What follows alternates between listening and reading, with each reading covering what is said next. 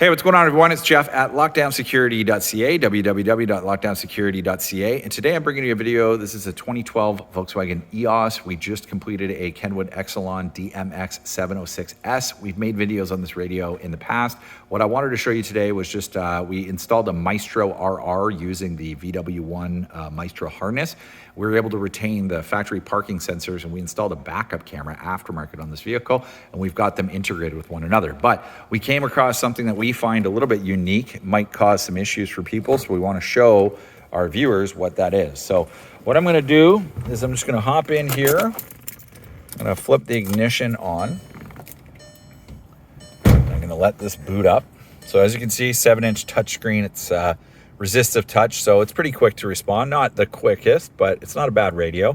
Very basic radio. It's shallow mount, so there's lots of room behind this radio for the Maestro module and the wire harness.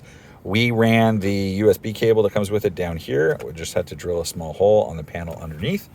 And this is basically the user interface of the 706S. Now I'm going to show you a couple of things. So what you can do, the way that we wire up our cameras, there's a cam button on these radios. So what you do is you hit the cam button, and you can see the reverse camera. Now you'll notice that I'm not in drive, or I'm not in reverse, I'm in park. So that means that this camera can come on at any point in time. So basically,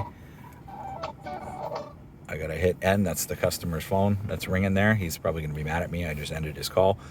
So basically what I'm gonna do is I gotta go into the settings of the radio. So I'm gonna do this. We have this is the Maestro menu. So you're going to see a couple of things. The Maestro RR is going to provide this customer with battery voltage, check engine light clearing. This car doesn't have tire pressure monitoring, but so they won't display the tire pressure, but it does show the door opening and closing. And the other thing it shows, but it won't work because the engine's not running, it shows the gauges. But as you can see, the gauges are basically off because the engine is not on. Now I'm going to go back. And I want to just do this. So this is basically the parking sense display. You can either have it on this display, or you can have it on the display that I'm going to set up right now. I believe we go here. Nope, I gotta go user interface. Okay. Parking display on. You can change the position, so let me just show you now. Sal, can you come over and just put your foot on the brake?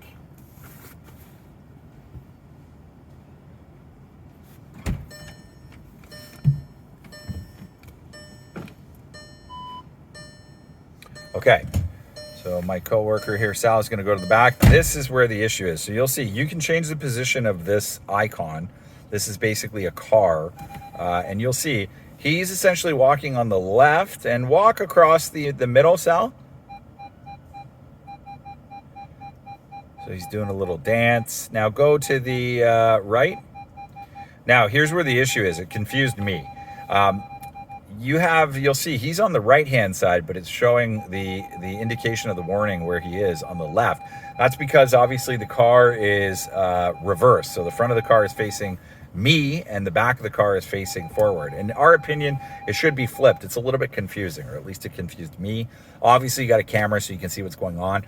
Overall, the feature is very good. I'm not knocking this feature, but what I am saying is just, if you do get a little confused, I was going to call tech support, and then I realized, wait a minute here. One of my coworkers pointed it out, that this is because it's doing it like this because the car is backing up in the image. So that pretty much sums up that.